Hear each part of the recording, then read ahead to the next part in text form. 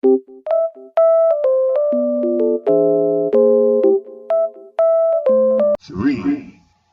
two.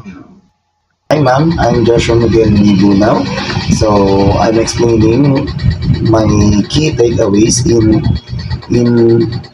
in teaching in English and language arts. So my first key takeaways in language and arts. So the the strategies and the methods that we use when we teach the language and arts. So one of the strategies is strategic competence.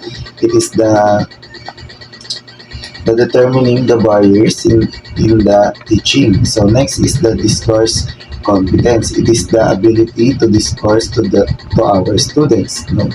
Next is social linguistic competence. So it is the use of proper language in our students. So uh, my other key takeaways is understanding the role of language such as phonemics and other and syntax like that and just like that. So I learned also the dynamic learner, uh, also the type of students like the dynamic learner.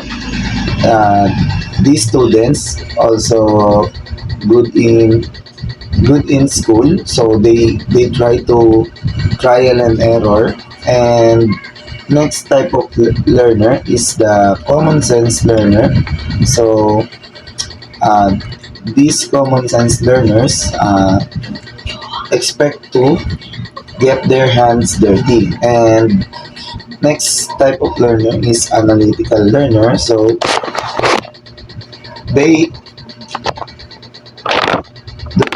the analytical learners tend to analyze more what they are learning, and they they they focus on the meaning of the learning. So next is the holistic assessment. So this holistic assessment was one of my key takeaways because holistic assessment was being used by teachers to determine the effectiveness of the risk of the methodologies and ours and other strategies in teaching language and arts.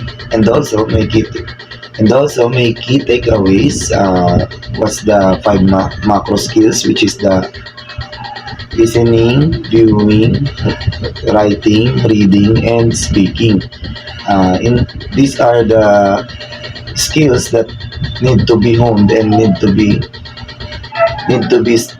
trained or need to be taglayin, ganun.